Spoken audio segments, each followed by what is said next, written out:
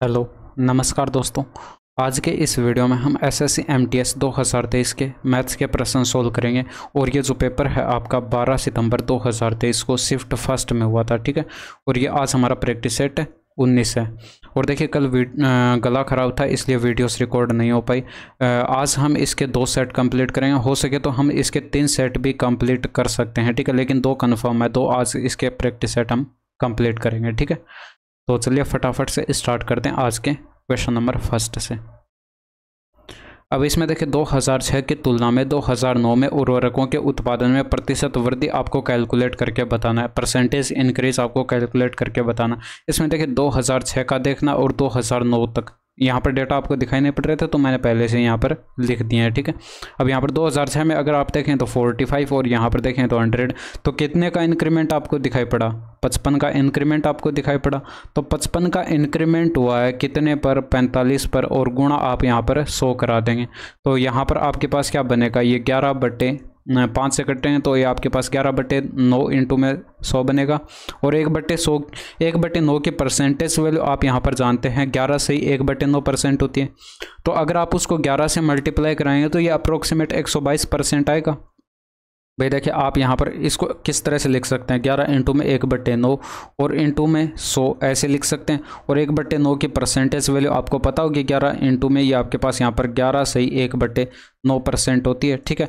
अब यहाँ पर अगर आप इसको 11 से गुणा करें तो ये 121 बनेगा। और यहाँ पर एक और इसमें ऐड होगा। भाई 11/9 आएगा तो 9 का भाग एक बार चला जाएगा तो एक और ऐड होगा तो ये 122 पॉइंट समथिंग आपके पास आएगा। तो ये अप्रोक्सीमेट 122% आएगा, ठीक है। तो इस तरह से आप इसको डायरेक्ट कैलकुलेट कर सकते थे। और 122% जो है ये आपके प्रश्न का यहाँ पर ये अप्रोक्सीमेट में आएगा आंसर। एग्जैक्ट यहाँ पर 122 नहीं आएगा, अप्रोक्सीमेट ये 122% आएगा, ठीक है। नेक्स्ट देखिए, इसमें देखिए किस वर्ष में परिवार F4 का वार्षिक व्यय 2017 से 2021 तक परिवार F4 के औसत व्यय के बराबर था। यानी कि आपको यहाँ पर F4 का ही औसत कैलकुलेट करना है। और यहाँ पर फिर F4 का ही आपको यहाँ पर बताना है कि किस वर्ष वार्षिक व्यय जो है यहाँ पर औसत के बराबर था। तो यहाँ पर अगर आप इनका टोटल करें तो ये 70 बना, और यहाँ पर 35 105, और यहाँ पर 155 और 45 ये 200 बन जाएगा। और 200 यहाँ पर देखिए कितने वर्ष का डेटा दिया गया था? 5 वर्ष का। तो 5 से आप यहाँ पर डिवाइड करते तो ये एवरेज आ जाता किसका? F4 का। F4 का आपके पास यहाँ पर एवरेज आ जाता परिवार का। कितना आता? ये 40 आ जाता। और इसमें देखिए 40 के बराबर किस में है? भाई आपके पास यहाँ पर 40 इसी में आपको यहाँ पर इसी में दिखाई पड़ रहा है 2017 में। तो 2017 ही आपके प्रश्न का सही आंसर हो जाता। अब इसमें देखिए कैलकुलेशन आपको यहाँ पर करनी थी। इसमें अगर आप यहाँ पर ब्रैकेट को सोल्व करें तो माइनस का 2 बचेगा और माइनस का 18 हो जाएगा। 9 दूनी का 18 हो जाएगा, ठीक है। और यहाँ पर देखिए ऑफ को पहले सोल्व करें तो 5 के 20 होगा। और 20 यहाँ पर 10 से आप यहाँ पर डिवाइड करेंगे 20 को तो यहाँ पर आपके पास यहाँ पर माइनस का 2 बचेगा और बट्टे के अंदर। इसी तरह से यहाँ पर देखिए माइनस का 15 हो जाएगा। और यहाँ पर 2 का इसमें डिवाइड करेंगे 2 आएगा और 2 दूनी का 4 होगा, माइनस का 4 हो जाएगा। माइनस कॉमन आकर ऊपर और नीचे से कट जाएगा। ऊपर हमारे पास 20 बनेगा, बट्टे के अंदर 19 बनेगा आंसर। अब इसमें देखिए 2 संख्याओं का महत्तम समापवर्तक आपको 12 बताएगा। निम्नलिखित में से कौन सा उनका लघुत्तम समापवर्तक कभी नहीं हो सकता? तो आपको पता है कि लघुत्तम समापवर्तक एलसीएम जो होता है वो यहाँ पर HCF का ही मल्टीपल होता है। तो यहाँ पर HCF तो 12 बताया गया तो 12 का मल्टीपल यहाँ पर देख लीजिए। 12 दूनी 24, 12 पच्चीस 60, 12 4 48, 74 12 का मल्टीपल नहीं है। तो यही आपके पास यहाँ पर आंसर हो जाएगा, ठीक है।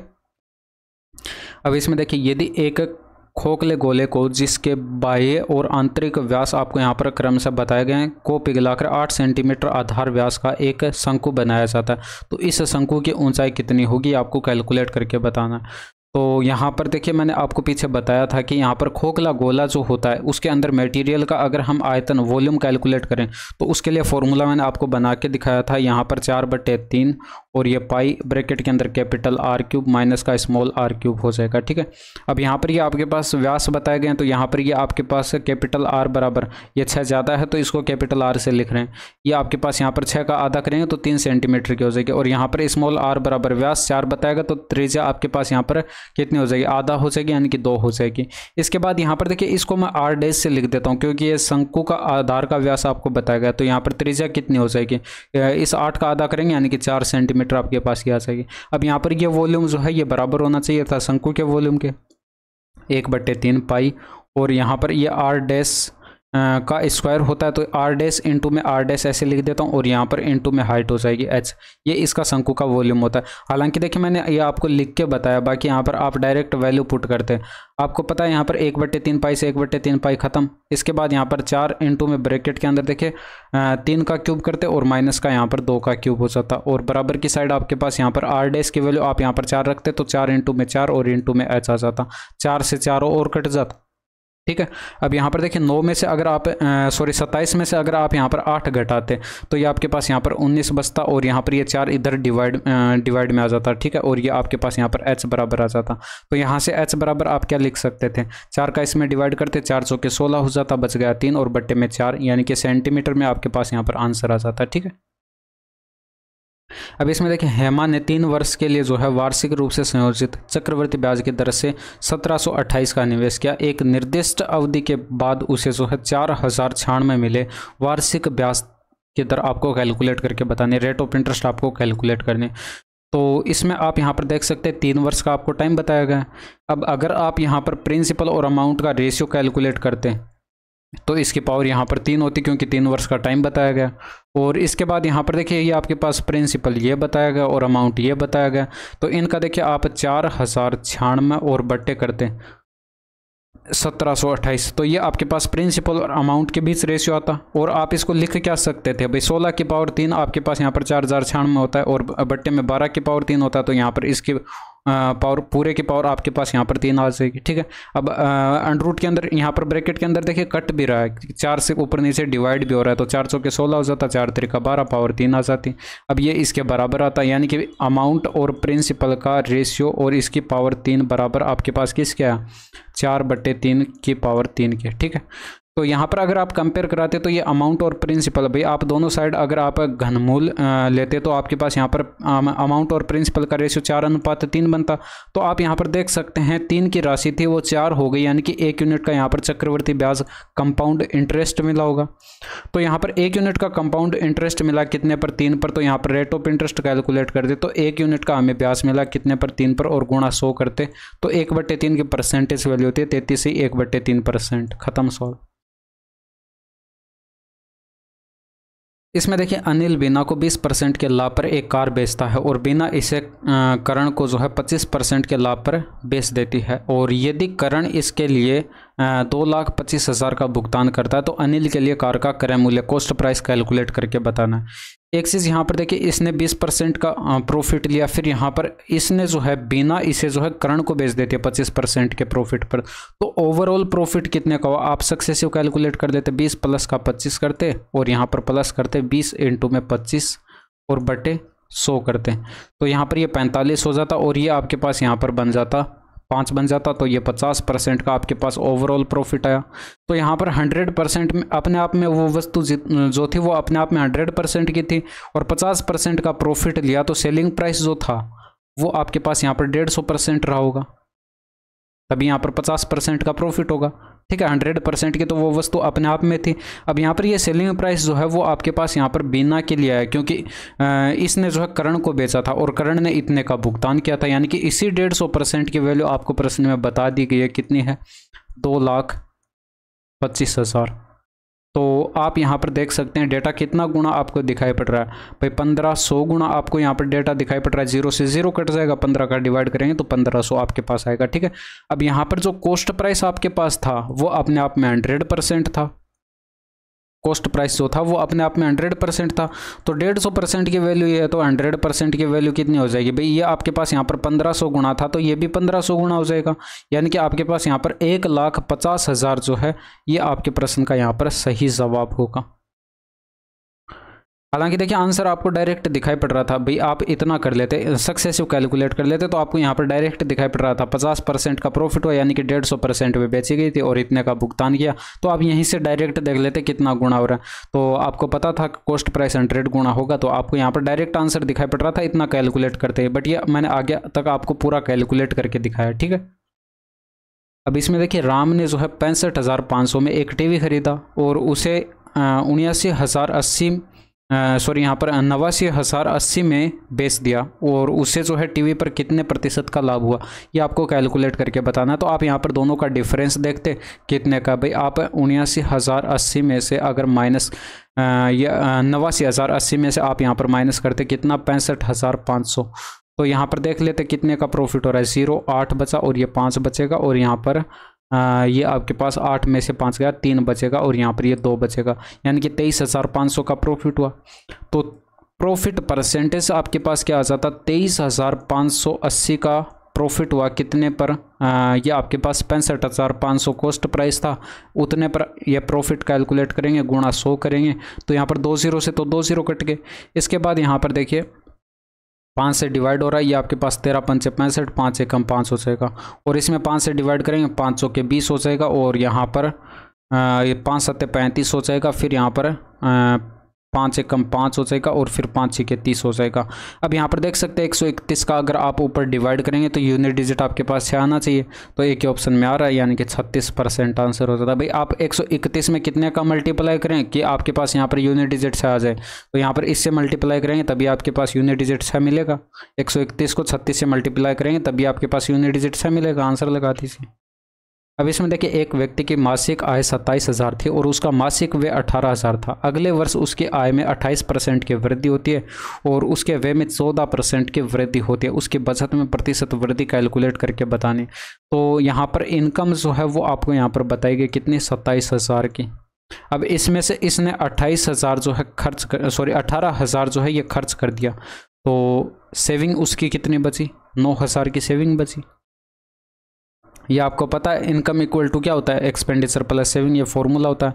तो आप यहाँ पर क्या करते हैं, इसमें देखिए इनकम में इंक्रीमेंट आपको बताएगा 28% का हुआ और एक्सपेंडिचर में जो है 14% का इंक्रीमेंट हुआ, तो हमें सेविंग में कैलकुलेट करना है। यहाँ पर मान लेते X% का इंक्रीमेंट हुआ है, तो यहाँ पर अगर आप ये सोल्व करते तो देखिए इसमें अगर आप 1000 का डिवाइड करते पूरी इक्वेशन में चला जाता, इसके बाद 9 का डिवाइड करते तो ये चला जाता, यहाँ पर तो 1 बचा और यहाँ पर 9 का डिवाइड करते 9 दूनी का 18 बचा और 9 त्रिका 27 हो जाता। अब यहाँ पर 28 तिया 84 हो जाता और ये बराबर की साइड, यहाँ पर देखिए परसेंटेज से परसेंटेज भी कट जाता, तो इसलिए मैं परसेंटेज नहीं लिख रहा हूँ। 28 तिया 84 हो जाएगा, ये आपके पास यहाँ पर 14 दूनी का 28 हो जाएगा और ये प्लस का यहाँ पर x आ जाएगा। 28 इधर लाकर घटा देते तो x बराबर कितना बचता, ये आपके पास यहाँ पर 76 और फिर यहाँ पर 56% बचता। तो ख़त्म सवाल। अब इसमें देखिए find the diameter of the sphere whose volume is 381 सही 6/7 मीटर क्यूब में आपको यहाँ पर ये वॉल्यूम बताया गया है, ठीक है। तो यहाँ पर एक गोला बताएगा और उसका वॉल्यूम आपको यहाँ पर बताएगा 381 सही 6/7 मीटर क्यूब।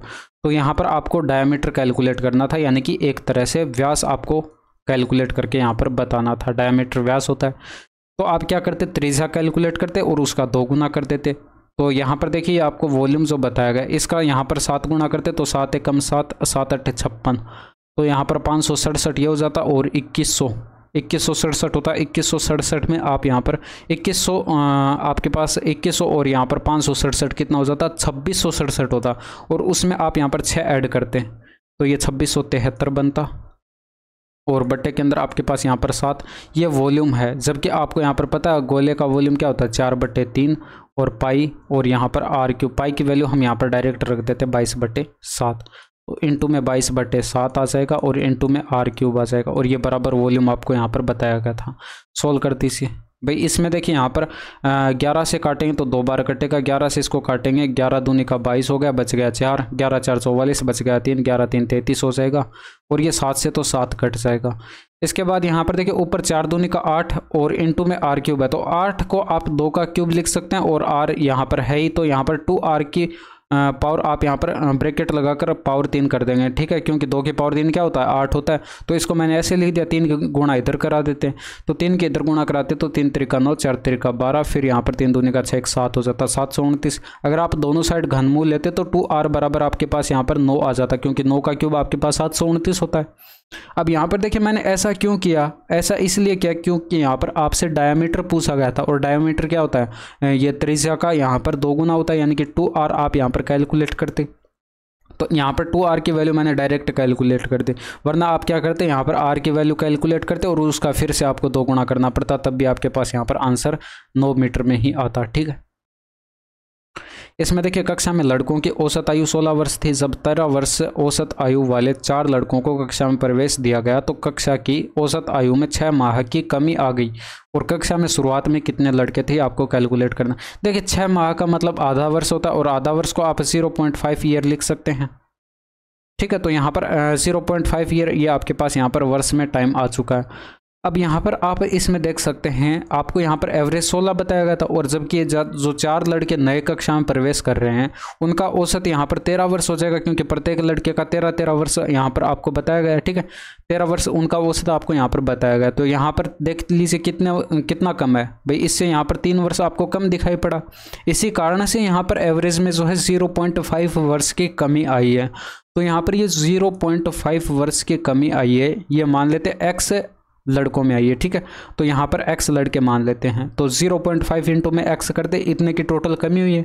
जबकि वो कमी बराबर किसके थी भाई, 4 लड़के नए आए थे और ये 3 कम लेकर आए थे, तो 4 तिरका 12 यानी कि 12 किलो यहाँ पर 12 वर्ष यहाँ पर ये कम लेकर आए हैं।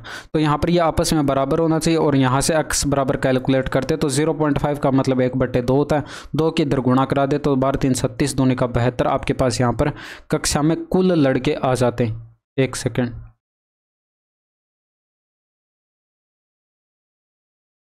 कुछ मिस्टेक हुई है क्या? 3 वर्ष यहाँ पर कम लेकर आए। अच्छा, तो 3 वर्ष यहाँ पर कम लेकर आए और ये 4 लड़के कम लेकर आए। तो यहाँ पर क्या करते भाई, 4 से गुणा कराते ना, तो मैंने यहाँ पर बोलते बोलते मिस्टेक से यहाँ पर 12 लिख दिया भाई। यहाँ पर 3 वर्ष कम लेकर आए और 4 लड़के कम लेकर आए, तो 3 इंटू में 4 करते ये बराबर होता ना।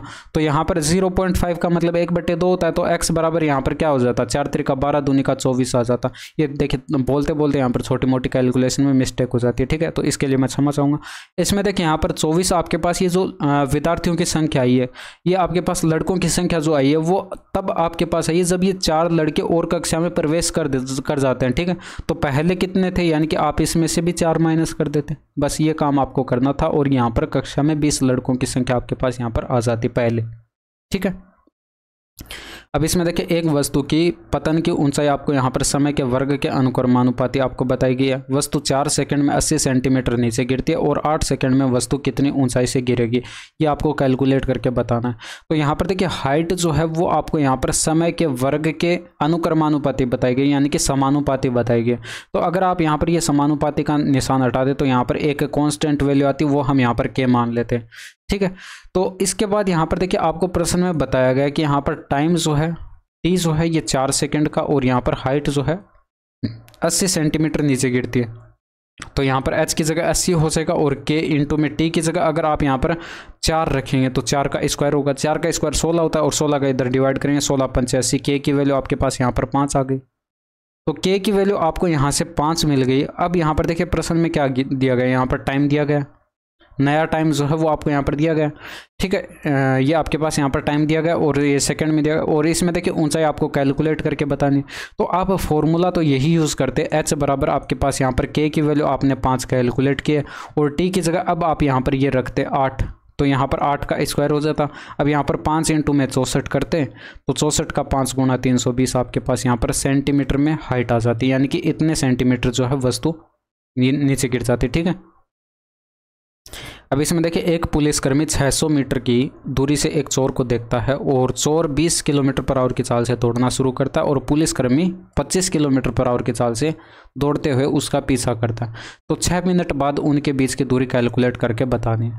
इसमें देखिए यहाँ पर आप रिलेटिव स्पीड कैलकुलेट करते, तो ये दोनों एक ही दिशा में दौड़ रहे हैं तो आप यहाँ पर इनका डिफरेंस करके कैलकुलेट करते। तो यहाँ पर देखिए relative speed 5 kilometre per hour आती और आप इसको मीटर प्रति सेकंड में कन्वर्ट करते तो 5/18 से आपको इस गुणा कराते, यानी कि 25/18 आपके पास यहाँ पर ये मीटर प्रति सेकंड में इनकी रिलेटिव स्पीड आ चुकी है। ठीक है, अब आप यहाँ पर देखिए डिस्टेंस कैलकुलेट करते, फिर डिस्टेंस कैलकुलेट करते तो यहाँ पर ये रिलेटिव स्पीड जो 25/18 मीटर प्रति सेकंड में है, इसको आप यहाँ पर टाइम से गुणा करते, यानी कि 6 मिनट में था, इसको सेकंड में गुणा करते, सेकंड में कन्वर्ट करते तो 60 से गुणा करते, क्योंकि आपको यहाँ पर ये स्पीड मीटर प्रति सेकंड में कैलकुलेट कर लिए।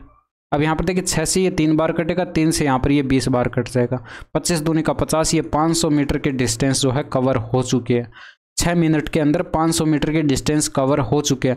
तो अब जो रिमेनिंग डिस्टेंस आपके पास बची है वो कितनी बची है?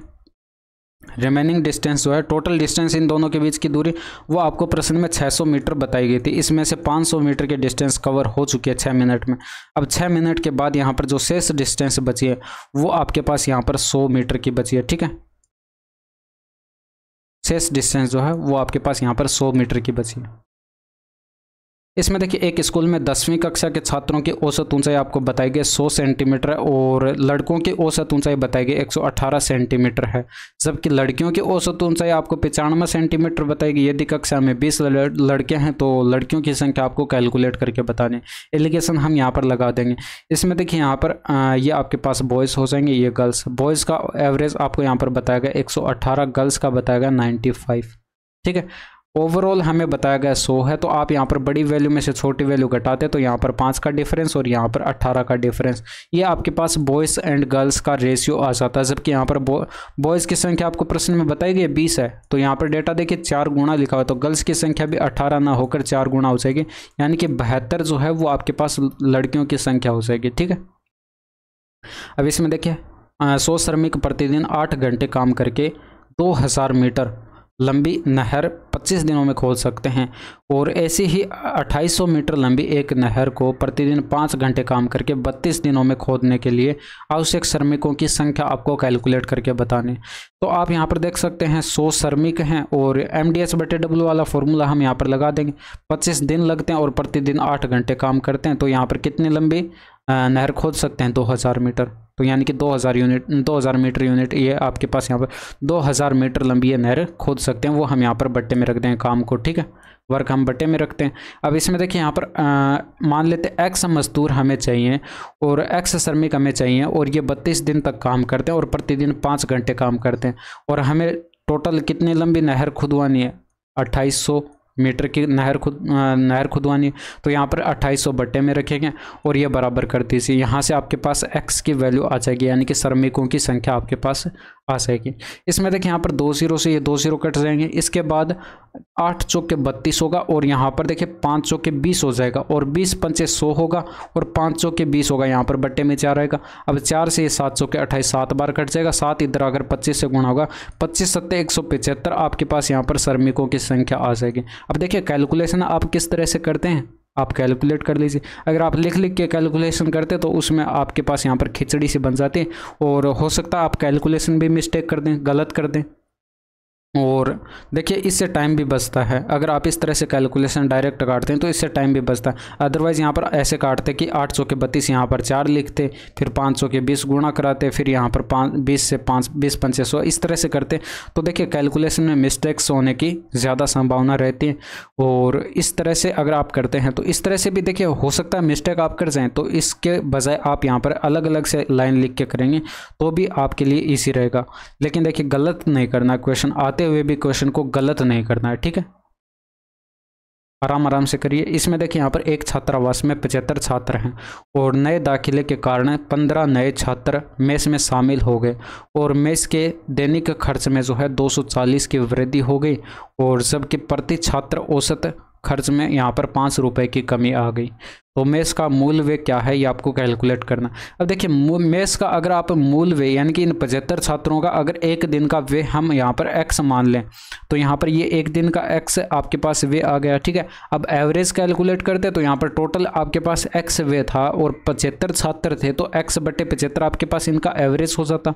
ठीक है, अब आपसे प्रश्न में बोला गया है कि दैनिक खर्च में यहाँ पर 240 रुपए की वृद्धि होती है, तो इसमें 240 का वृद्धि हो गया। ठीक है, और एवरेज में जो है 5 रुपए की कमी आती है, यानी कि इसमें 5 रुपए की यहाँ पर कमी आ गई। तो यहाँ पर ये आपके पास कुल दैनिक खर्च आ गया जब आपके पास ये 15 नए छात्र और शामिल हो गए मेस में। ठीक है, और यहाँ पर ये एवरेज आ गया जब ये 15 नए और छात्र मेस में शामिल हो गए। तो यहाँ पर टोटल करते तो 75 छात्र तो आपके पास पहले से थे, 15 और आ गए, टोटल 90 आ गए।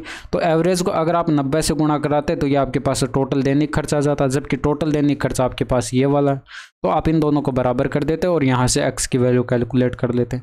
अब इसमें देखिए यहाँ पर x की वैल्यू कैलकुलेट करते हैं तो ये आपके पास x प्लस का 240 और इक्वल टू 90 के अंदर गुणा कराते हैं तो ये 15 छिके 90 हो जाएगा, 15 पंचे 75 यानी कि 6x/5 आ जाएगा। माइनस के अंदर 9 पंचे 45 ये 450 आ जाएगा। अब एक साइड करके सोल्व करते तो x इधर लाकर इसमें से घटाते 6x/5 में से, तो यहाँ पर x आपके पास कितना बचता, x/5 बचता एक साइड, x/5 एक साइड बच जाता। ये वाला टर्म इधर आकर इसमें ऐड हो जाता तो यहाँ पर ये आपके पास हो जाता 690 और इधर 5 के गुणा कराते तो x बराबर कितना आ जाता, 9 पंचे 45 हासिल आ जाती 4 और फिर यहाँ पर ये 34 आ जाता। 3450 आपके पास यहाँ पर जो है मेष का मूल्य वे आपके पास था। ठीक है, समान चाल वाली 2 रेलगाड़ियां विपरीत दिशाओं में चल रही हैं और यदि प्रत्येक रेलगाड़ी की लंबाई आपको 120 मीटर की बताई गई और वे एक दूसरे को 8 सेकंड में पार करती हैं तो प्रत्येक रेलगाड़ी की चाल आपको कैलकुलेट करके बतानी। अब देखिए यहाँ पर प्रत्येक रेलगाड़ी की लंबाई 120 है तो दोनों रेलगाड़ियों की लंबाई कितनी हो जाएगी, 2 इंटू में 120 मीटर की हो जाएगी। तो ये वाली डिस्टेंस कवर होगी इन दोनों की रिलेटिव स्पीड से। अब यहाँ पर प्रत्येक रेलगाड़ी की स्पीड आपको x, अगर हम यहाँ पर x मान लें एक रेलगाड़ी की स्पीड, तो यहाँ पर देखिए दोनों रेलगाड़ियाँ जो है विपरीत दिशाओं में चल रही है तो रिलेटिव स्पीड कैलकुलेट करते हैं तो हम दोनों रेलगाड़ियों की स्पीड को ऐड करके करते हैं। तो यहाँ पर x प्लस x करेंगे यानी कि 2x आपके पास रिलेटिव स्पीड आएगी तो 2x की स्पीड से ये वाली डिस्टेंस कवर होगी। लेकिन यहाँ पर x जो हमने है ये डिस्टेंस किलोमीटर पर आवर में मानी है। अब यहाँ पर किलोमीटर पर आवर में मानी है तो 5/18 से गुणा करके इसको मीटर प्रति सेकंड में कन्वर्ट करेंगे। अब ये टाइम आएगा और टाइम आपको प्रश्न में कितना बताएगा, 8 सेकंड का बताएगा तो बराबर 8 कर दीजिए। यहाँ से आप x की वैल्यू कैलकुलेट कर लेंगे और वही आपके पास प्रत्येक रेलगाड़ी की चाल होगी क्योंकि दोनों रेलगाड़ियों की चाल जो है वो आपको यहाँ पर सेम बताई गई है। तो इसमें देखिए 2 से तो 2 कट जाएगा, 24 पंचे 120 होता है और यहाँ पर 8 त्रिका 24 हो जाएगा। ऊपर आपके पास 3 आया, इधर की साइड 1 आया तो x तो इधर 1 से गुणा हो जाएगा, 18 ऊपर जाकर 3 से गुणा हो जाएगा तो x बराबर 18 3 54 आपके पास आ जाएगा। यानी कि प्रत्येक रेलगाड़ी की चाल आपके पास कितनी थी, 54 किलोमीटर पर आवर थी। इसमें देखिए ए किसी काम को पूरा करने में बी से 2 गुना कुशल है यानी कि ए की एफिशिएंसी जो है बी की एफिशिएंसी से 2 गुना है। अब यहाँ पर आपसे बोला गया और वे दोनों एक साथ मिलकर उस काम को 20 दिन में पूरा कर सकते हैं तो टोटल वर्क आप कैलकुलेट कर सकते हैं। बोला गया कि ए और बी दोनों मिलकर काम को 20 दिन में पूरा कर सकते हैं। इनकी एफिशिएंसी रखेंगे यहाँ पर 2 और 1 तो यहाँ पर 20 या 60 आपके पास यहाँ पर यूनिट टोटल वर्क आ जाएगा। ठीक है, अब आपसे यहाँ पर बोला गया कि ए जो है तो यहाँ पर ए जो है अकेले काम को पूरा करने में कितना टाइम लेगा, तो ए जो है यहाँ पर टोटल 60 यूनिट का काम है और ये 2 की एफिशिएंसी से करेगा तो यहाँ पर 30 दिन का यहाँ पर जो है इसको टाइम लगेगा। 2 संख्याओं का योग आपको बताएगा उनके अंतर के 9 गुना के बराबर है तो संख्याओं का औसत संख्याओं का अनुपात कितना ही आपको कैलकुलेट करके बताना है। तो 2 संख्याओं का योग आपको बताया गया है यहाँ पर दोनों संख्याओं के अंतर के 9 गुना के बराबर है।